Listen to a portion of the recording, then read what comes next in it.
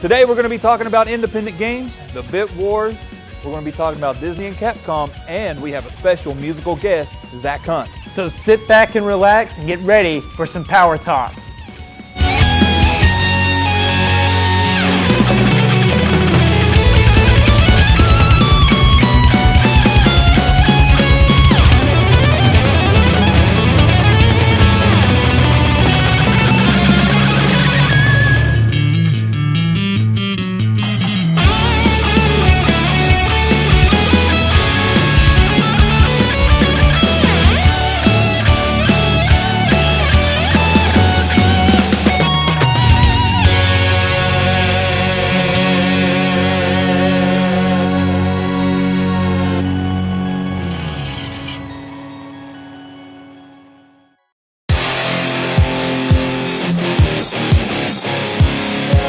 Thank you all and welcome to Power Talk. I'm Andy Madness. I'm Nostalgic Kid 84. And we're right here to discuss what I think is a crucial set to the market of gaming, independent games. And that's what I wanted our first topic to be about. Right. I really just wanted to go ahead and kick it off with talking about what is the future of gaming, really, in the sense to me. Well, first off, why is independent games the future for you in the gaming world? For me, it's more like, these guys were gamers at one point that made these games. I mean, I'm not saying big companies aren't gamers, but what I'm trying to get at is independent games are people who are using the software on their computers that they have, and they make these games with their own ideas, but they borrow concepts from other games, and they seem to always pay homage to older games. To the classics. Right. I guess that's what I'm really trying to get at. It pays homage to the classics, and I think independent games really nail that. I think they just nail that very well. Right. And we got several games we're going to talk about. You got one. So what has to start off with? That's a pretty good a segue here when he's talking about paying homage for independent games. Myself, I found that Gunman Clive. It is a fantastic Mega Man clone It's available on the Nintendo eShop. It's $1.99. It's produced by the, let me get this, Hoiberg? No, not Hoiberg, but I think it's a German company. Those companies, man. Those companies, I'm pretty sure it's Hoiberg Production Company. Let me just tell you right now. Everything about this game screams art. From the gameplay to the hand-drawn actual animation, it's just fantastic. The music is wonderful. It's this old, set in the Old West in the 1800s, 18XX. Mayor Johnson's daughter gets kidnapped by these thugs and goons, or whatever you want to call them, and you are a Gunman Clive. You're Gunman Clive, and you're going off to find Mayor Johnson's daughter, and through each level, gradually increases in hardness, and so does the bosses. The bosses gradually increase in size, and as well as hardness. But it's a beautiful independent game. It pays homage to a couple of games, Mario 2 and especially Mega Man, but there's some really good games, in the independent market. That's one of my favorites. Oh yeah, I took a look at it, and just the way it looks, just like when you sit down and you watch gameplay of it, you're just like, wow, it's literally like somebody who just really loves this art style and was like, but I also love video games. How can I blend them together? It's kind of like Wind Waker. It was a beautiful art style. Miyamoto being how he is, he's like, I really want to put Zelda with this art style, and that's how I felt when I looked at it. That's how I saw it. The game I want to talk about is Shovel Knight. It's actually not out yet. It's in development with Yacht Club Games. It's kind of like DuckTales. It's pretty much your knight with a shovel. Go figure. And I actually know nothing about this game. So. Yeah. It's got he can do like Scrooge McDuck does. He can kind of bounce on his shovel, kind of like how he does with his cane. And basically it's kind of the classic premise of someone's been kidnapped, and you got to go through these 8 bosses, and then you got to go through their head boss, the main mastermind, similar to Mega Man with Robot Masters. The most unique part, and this is why I go back to just the power of independent games these days. In the 80s, if you produced an independent game, it's usually garbage. It's usually trash. I can't think of one that was literally an independent game that took off. I mean, Bible games, whatever happened to them? Nothing. But this game got so popular, they did a Kickstarter project, started at $75,000 was all they wanted. They ended up with like over $300,000, and it looks phenomenal. I mean, it's just got this. Going back to Gum and Clyde for just a second. At $1.99, that game is a steal. Like, I was shocked after I played it for $1.99. That's another point to bring up about independent games. The cheap, but they give you. You can just tell. I mean, yeah, they want their money. You almost don't ever want to pirate an independent game because you're like, wow, it's already so cheap. Why do it? So give them their money they deserve. Yeah, give them their money they deserve. Such hard work into a game that they're selling for $1.99. And speaking of pirating independent games, there's a game called Game Creator Tycoon. I believe that's the name of it. I'm not 100% sure, but I know that there is, if you pirated it, they actually released a torrent. This company did. They released a torrent, and it immediately picked up. And the thing is, while you're playing the game, at one part, you start losing money because some people are stealing your game. And the game pops up, it's like, man, I wish people wouldn't steal our games. No matter what we do, they still steal our games. And if only they would support the creator. But the whole point is, the games are cheap. They are the Humble Bundles, which aren't always independent games, but I've seen some independent games on Humble Bundles that are just, wow. Right. Like, I'm only going to pay this for this. It's like, why not help the company? And with Shovel Knight, I'm so glad they got that Kickstarter the way they did, because I saw it at E3. That's the only time I got a glimpse of it, and I was just taken. I was like, I got to have this game. I've got to play it. And, but Shovel Knight is just one of few of my favorites. Right. There's, we're not trying to say that this is the only two independent. There's a lot of, I'm sure people were, hey, I love Limbo, or I love Super Meat Boy, or I love Cube World, or, there's several independent games that are really good. But this is just, a couple of our favorites that really... Yeah, more like personal faves. Right. Which is what I'm moving on to next is Humaniki. Humaniki, I'm telling you, because I think for Earthbound fans, it's where you go next. But it's only if you like that dark side of Earthbound. Now, if you didn't like the dark side of Earthbound, like the humor side, stay away from this game, because it is not that kind of game. It's not. It's terrifying, but it's not like Slender, which is also an independent game. It's not like Slender where it's a bunch of jump scares or something just pops up. Which I personally don't really care for. But. Yeah. This is more of an atmospheric terror game. And it's kind of like, if anybody remembers Earthbound or who has played it, at the end of the game before you go to Gigas, you're in that very dark area. Right. It's that times 10. But it too, it was produced in Japan. It's by a homebrew Japanese developer. I think the name is Kikiyama. And, you basically play as this young girl who, in the normal world, you're in your house. You don't ever want to leave your apartment. It's actually an apartment. You can go out to your balcony and stuff, but you never want to leave your house. Because every time you go to the door, the character just shakes her head. There's a TV that's always on that you can play two little games on. I don't know their exact names, but they're like two. One's a Famicom-based game. And then you go out into the balcony, and that's all you can do. Well, when you lay in your bed, you wake back up in your apartment, but you're out in your balcony. I'm pretty sure you start out in your balcony, and then you walk back in your living room, and now you can leave your door. But you're in this surreal dream world. It is a work of art. It is one of my favorite independent games, and I just wished. I mean, I will say this anyway. Anybody who gets easily, afraid, I guess would be the word, of that atmospheric feeling, don't play this game, because it can do it. But it does remind me a lot of the Earthbound, the Dark World, like you were saying. And actually, that part in Earthbound was really freaky for me as a kid. So if you're saying it's times 10. Oh, it is. I mean, there are segments in that game. It's like Earthbound with the whole Gigas being an abortion theory. Yeah. It's like that. There's a segment in the game where you go through a couple of rooms, and I won't spoil it pretty much, but the theory is maybe she was a rape victim. Right. But I won't tell you what gives that away. But I will say, for anybody out there, look this game up, Humaniki. I think it literally translates to Dream Diary. Get it. Just grab it and go.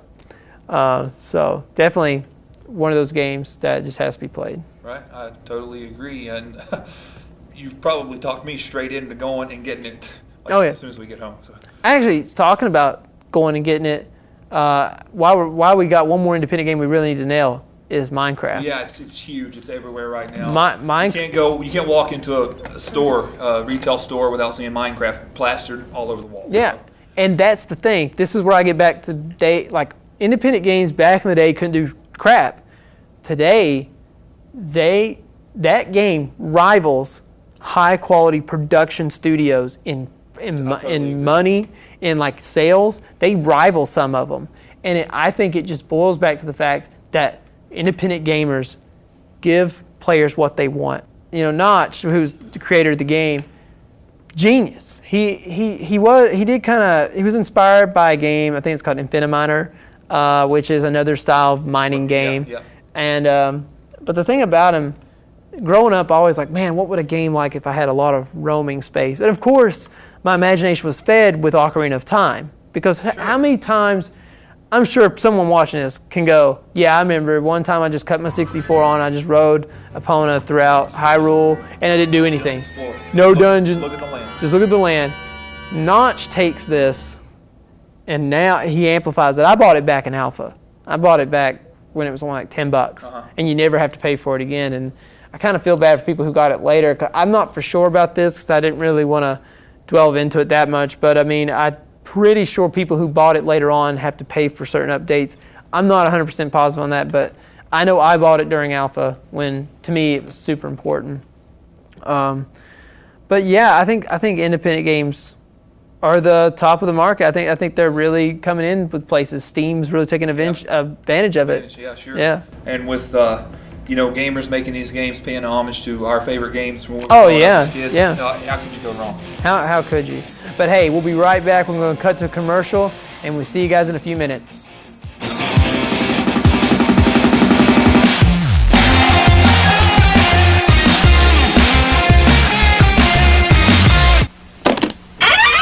After these messages, we'll be right back. Now, when you buy the Sega Genesis that comes with Sonic 1, you'll get Sonic 2 absolutely free. Sonic 2 handles stubborn stains, embarrassing bald spots, no problem. It even slices and dices, makes thousands of julienne fries. But wait, you can play it too. This free Sonic 2 is a $54.99 value. You get 2 Sonics for the price of 1. Sonic 2 fits easily into any tackle box. Made from a space-age polymer plastic for years of family fun, and pets love it too. Buy the Sega Genesis that comes with Sonic 1 and get Sonic 2 free. Act now. Wiener Dog Sweater sold separately.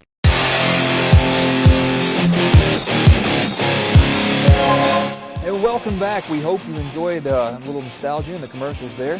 Now it's time to talk about the Bit Wars. Yeah, the Bit Wars took place between late 80s, early 90s. Actually, I don't really have too much to say about this because you're a little bit older than me, and around that time, I think I was, just a little too young to be surrounded with the atmosphere. In the diaper still. Yeah, I was in the diapers, a slam dunk, and I forget where that joke came from. But anyways, I've done my research. I've done my research on the Bit Wars, but I could never express what it's like growing up there. So I'm going to ask you, what's it like growing up during a time when this weird set of numbers, divisible by 8, were thrown at you in commercials? Well, it's quite comical actually, and that was right at the time. I originally started, my first system, of course, was the NES, as it was for a lot of guys who grew up in the 80s. But I was kind of young for the NES, and when the Super Nintendo came out, I was, right where I needed to be at the age where I could comprehend and play and understand and fully grasp the concept of a game. And also at the time, I had just this humongous love for books. Like I just couldn't get enough reading, right? So with the Super Nintendo, of course, came the RPG era, the RPG machine for me. So I dove right in, to all these RPGs, and of course it was loaded with text, so I was loving it. So, a little bit biased. But the Bit Wars, yeah, absolutely. It was comical because it was just like maybe every other month or every other 2 or 3 weeks or every other week or something. Nintendo was trying to one-up Sega, if you will, one-up. Yeah. Sega was trying to one-up Nintendo. However it was just like you have, and it was mostly Sega, I want to say, given they were trying to, what's it called, I know they did the we do what Nintendo don't. Right. But it was more Sega, I want to say, from memory, kind of bashing Nintendo, because Nintendo was like, we're more mature than this. Everybody loves our system. We got great games. We know it. We're confident. I don't need to say, Genesis, you suck. But Sega was coming out and saying, you know, Sega does what Nintendo don't. Yeah. And their whole get up, their whole lost the word again. I'll think of it in a second. But anyways, Sega was playing on the fact that they had this little processor, this little speed. Their gimmick, kind of. Their gimmick. Yeah, their gimmick. Their Was gimmick. their accelerator. Oh, look how fast Sonic can go. Super Nintendo can do that. It's actually on the Mario. It actually featured Mario Kart 2 on that too. That's right. Yeah. I thought that's actually like one of the Mario Kart commercials for me. I do remember that commercial. Later on, actually, I saw it aired. So I mean, yeah, they did. They really pushed this whole processing thing. You're right. The processing speed. But you know what it really boiled down to was just quality of games. And the whole thing about Nintendo is around this time too. Nintendo had almost a monopoly on third-party game development. Oh yeah. They had them locked down in a contract, and they could not get out until a certain date, which I don't know what that date was. But Sega, maybe they didn't have a chance because Nintendo had everybody locked in. I mean, they had a lot of Practically. developers locked in, and they couldn't get out of these contracts whether they wanted to or not, which turned out to be quite a good thing for Super Nintendo fans. Because I'm a fan of the Super Nintendo. Personally, I feel it's the better of the two. It's the better system. A lot of people might disagree because Well, they grew up. you grew up with either maybe you couldn't afford both. You either had a Super Nintendo or you had a Sega Genesis. Don't hate me, but it's like the Team Edward, Team Jacob. Oh gosh, it's bad, but it really is. I mean, even in even in certain films, you would hear it referenced. Is like the people talking about the bit wars. I know for me, a Sega was always terrible compared. I didn't like the music of the Sega Genesis. Billy Madison. That's the movie I was thinking of. Remember, there's that scene where he sits down and those two kids are talking about Donkey Kong on the Super Nintendo or Mortal Kombat on the Genesis. That's what I was thinking about when I was thinking about those films as a reference in that. It's crazy, though. Yeah. But here's my better question for you. Like, being 8 years old, what did blast processing mean to you? I had no idea. No idea. I had absolutely no idea, and their commercials did nothing to show me what blast processing was. Yeah. I mean, they could have put any term out there that they wanted to, and it wouldn't have made any bit of a difference. Because the Super Nintendo, it was designed to handle all sorts of chips. That's why you have your Super FX series, like Star Fox and Stunt Race FX, and Doom. That's why you have them, because the Super Nintendo had it could work with several different types of chipsets. Yeah, the chipsets. And for people who emulate, that's also what holds emulation back. Is a lot of people who program those emulators, they can't functionally do that. But back to the wars of it, it's weird when looking at ports of today's games. Today's games, a port is literally a direct port. But back in the day, the Super Nintendo version of Aladdin, he doesn't have a scimitar. Right. In the Genesis version, he does. Which, guess what? My favorite version is the Genesis version. Genesis did certain things right. I will say this right now. I'm not knocking Sega. I'm not knocking the Genesis at all. Yeah. At all. There was a lot of great games. Golden Axe, Streets of Rage, Splatterhouse, man. Splatterhouse was like a defining point for video games, because I think it was the first just downright gory in America, downright gory video game. I know there was the blood code for Mortal Kombat, but it wasn't anything kind of like Splatterhouse. I mean, you were seeing these creatures and blood flying everywhere, knives flying at you, and punching them. It was just, and speaking of Splatterhouse, I mean, the port, like you were talking about the ports in the arcades, the arcade port featured a lot of differences than the Neo Geo or the TurboGrafx 16 port versus the Genesis port. They were all different. Which is very common back in those days, because the arcade machines was the big deal. Those machines were like, if you went to an arcade and played a game, the home port was never as good, unless you count. I want to say Turtles in Time was better because it added a level to it. I'll tell you one thing. There's a game that's on the arcade, that's on the Super Nintendo, that sucks equally as bad. What's that? Pit Fighter. Oh gosh, that game. There is nothing you can do. Southside Jim, dude. That guy's got like his jogging pants pulled up all the way up here, and he like. Junkyard Dog. Yeah. Oh my God. It sucks equally as bad on the arcade as it does the Super as it does on the. But that's the thing with the Bit Wars ports. I mean, you never really played the same game, and it was just kind of weird during that time. You know, that's why first party mattered so much. That's why in those commercials with Sega bashing Nintendo, they have to use Sonic. They had to push, and I think compared to today, I think the Sega is close to what the Xbox 360 and the PS3 are. It was more of this is a console for the hardcore gamer. Sure. The Super Nintendo had like this lighter color to it that just, you know. Yeah, it was definitely more family oriented because the Splatterhouse, you know, obviously it's not on the Super Nintendo. Mortal Kombat didn't have blood until the second game. Right. The first game was featured sweat. Sure. And you know, the magazine advertisements. I mean, that's one thing. I went back and read some, and I mean, wow, magazines really pushed the power of each. And you know, going on with the Bit Wars, stepping away from the 16-bit era, the 32-bit/64-bit era was crazy. The Jaguar. Did you want a Jaguar? You know, I remember walking into KB Toy Store in the Huntington Mall. I don't know how old I was, but I remember walking in. It was a Halloween weekend. We'd always go to the mall on Halloween weekend.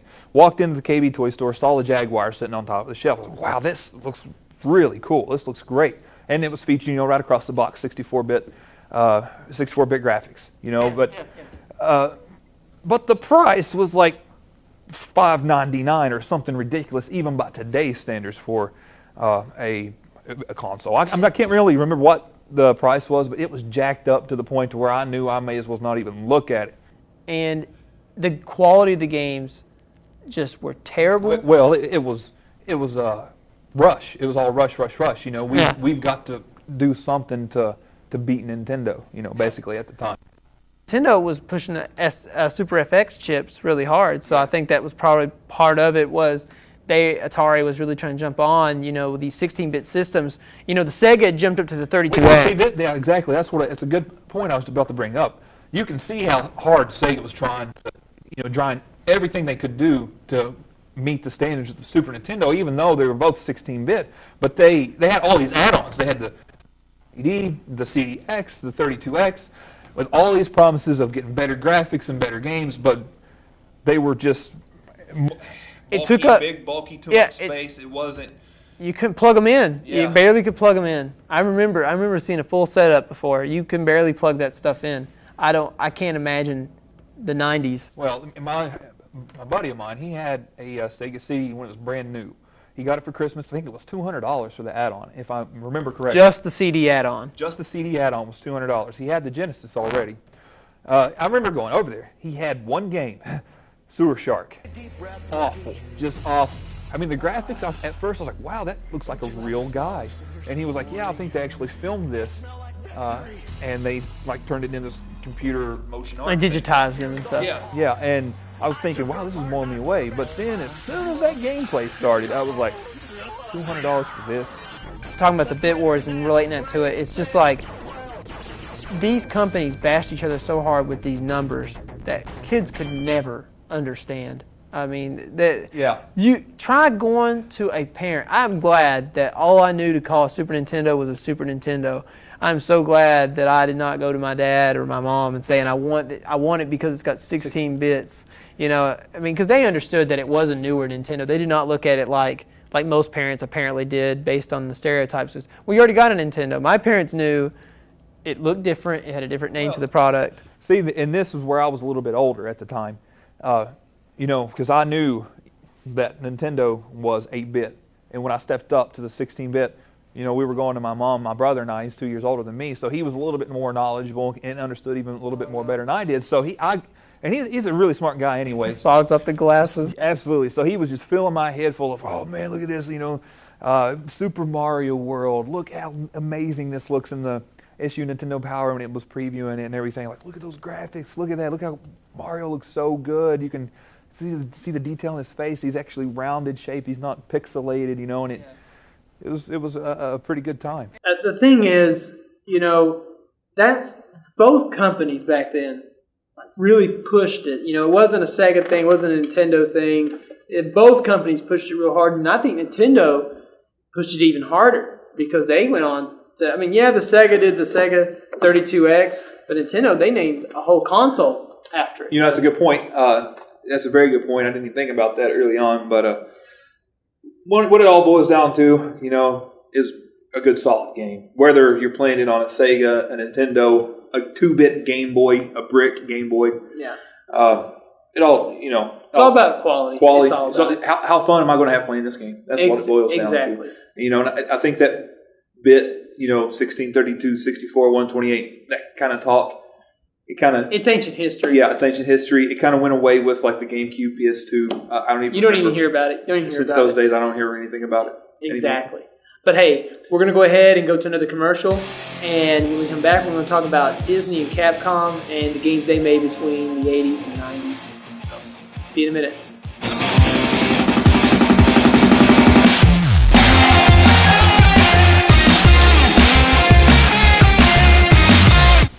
After these messages, we'll be right back. Genesis does. 16-bit arcade graphics. You can't do this on Nintendo. Genesis does. 16-bit sports action. You can't do this on Nintendo. Genesis Does. Genesis Does. Genesis Does. Genesis Does. Genesis does. Get Joe Montana free, Pat Riley free, Buster Douglas free, Super Monaco GP free, or Collins free. Genesis does. What Nintendo don't. Buy a 16-bit Genesis system between now and October 31st and get an extra.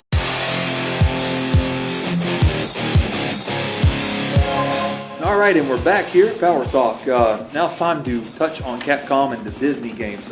Seems like they couldn't go wrong, Capcom, you know, in the late 80s or early 90s. They did a lot of good, and they did a lot of good teaming up with Disney, wouldn't you say? Oh, yeah. Capcom in the 80s, big company, Mega Man, and all that. You know, they're really, Strider and other games like that, they're really pushing the envelope with what a quality 8-bit game was. And the thing is, they teamed up with Disney around 1988, produced DuckTales. That's one of many people's top, at least in the top 10 games in the NES library. Easily. And definitely the music. It's really famous for its music. Yeah, the music is great. It actually was good enough to warrant a sequel years later. Thing is about DuckTales, and I'm hoping I'm right. I'm pretty sure it's 1988 was when DuckTales came out, because after that, Disney went on to produce several other games, or not Disney, but Capcom did, with other games, with Little Mermaid. They did Chip and Dale Rescue Rangers, Tailspin. Yeah.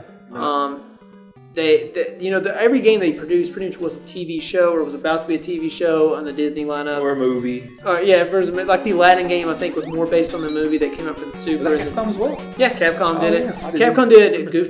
They did Goof Troop as well. Oh, that's a phenomenal Super Nintendo game. Yeah. The point getting to touching up on these is, you know, it's different, Disney and Capcom, than it was a lot of other companies working with, you know, popular non-game franchises. You know, you really feel like you played a quality game. I will say Little Mermaid isn't the most fantastic game, but it's definitely better than RoboCop. Yeah, there's a lot of, crap on the Nintendo. And Capcom did, better than mediocre on probably every one of the Disney games, actually. There's not one game that you can say is just absolutely terrible. Yeah. You would find 350 games to put, below the Disney Capcom games. Easily. Yeah. And, of course, now DuckTales, getting its remastered in HD. And guess what? Today, they have a release date. Just announced today, the release date. PS3, PC, and Wii U is the August 3rd release date. But, the one I'm excited about, PS3. I don't even have a PS3, and I'm still excited.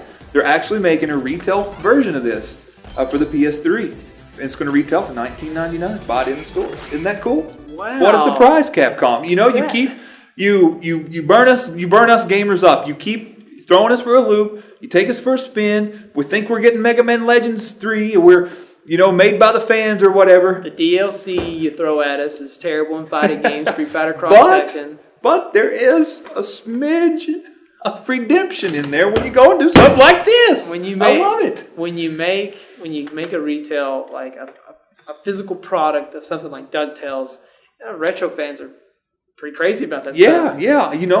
I'm going to buy the game. Anna, I will buy the game. It's only $20. Oh, gosh. I'm going to buy the game, but I don't even have a PS3. I just want, I want to add that to come out of my collection because it's a game that played a large part of my childhood. That's going to be into my collection now as an HD remake. Yeah, but the thing is, Disney and Capcom pretty much worked for Nintendo, worked in the Nintendo section.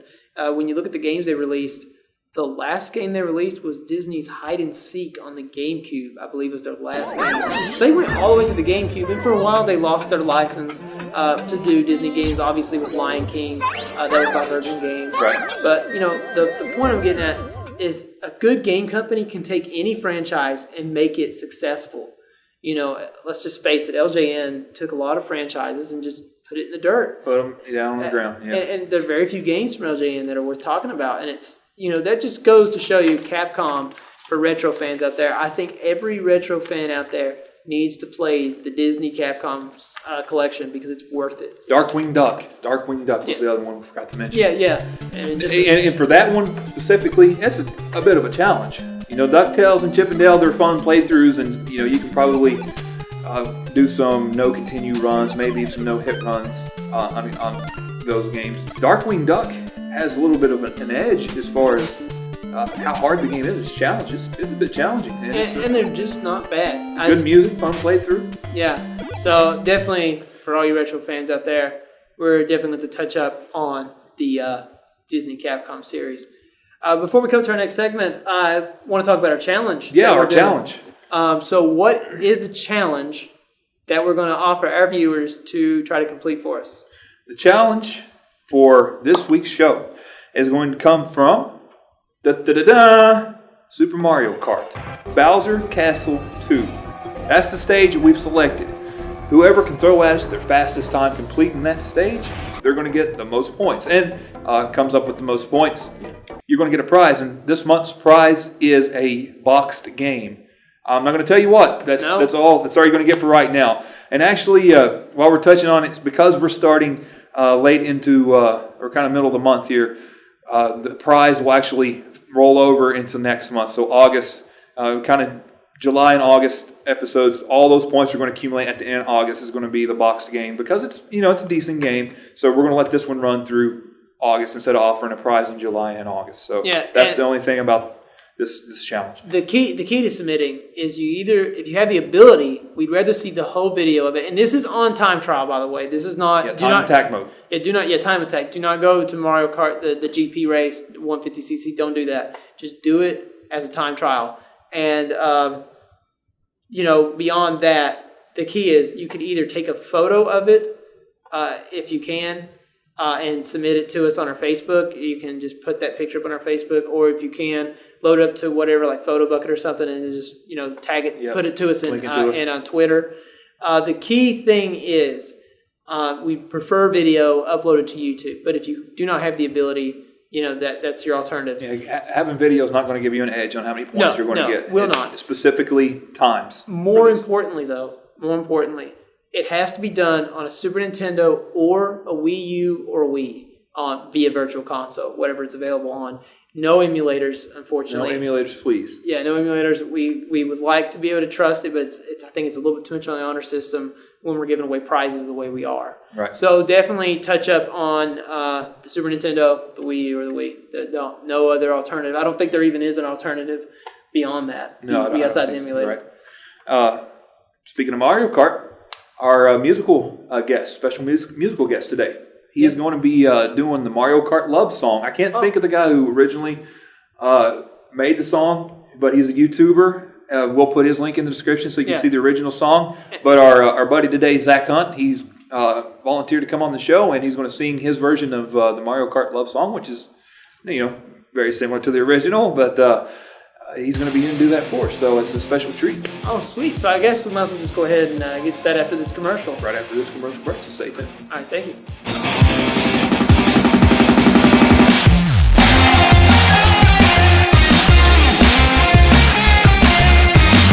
After these messages, we'll be right back.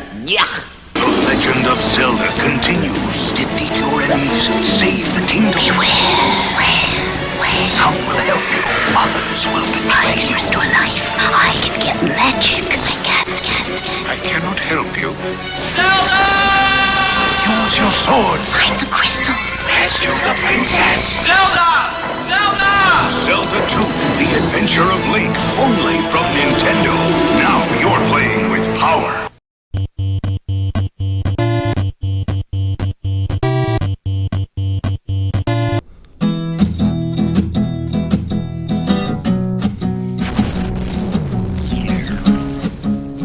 Do. You be my princess and I'll be your toad. Follow behind you on Rainbow Road. Protect you from red shells wherever we go, I promise. No one would touch us if we pick up a star. And if you spin out, you can ride in my car. We get together, we generate sparks in our wills and our hearts. And the finish line is just around the bend. I'll pause this game so our love will never end. Let's go again. Ooh, la-di-da-di-da, la-di-da. The blue shell is coming, so I'll go ahead. You hang behind, it'll hit me instead. Never look back, 'cause I'm down but not dead. I'll catch up to you. Don't worry about Bowser or Decay. Eat this glowing mushroom and they'll all fade away. And the finish line is just around the bend. I'll pause this game so our love will never end. Oh, the finish line is just around the bend. I'll pause this game so our love will never end. Let's go again. To the mushroom cup and the flower cup and the star cup and the reverse cup. Ooh, walu walu walu walu wa, walu walu walu waluigi. Okay, guys, that's our show. Thanks for watching. And be sure to remember to subscribe to us on YouTube, like us on Facebook, and follow us on Twitter. Oh, and to send you off, here's another little tune from Zach. And remember, The power is in your hands.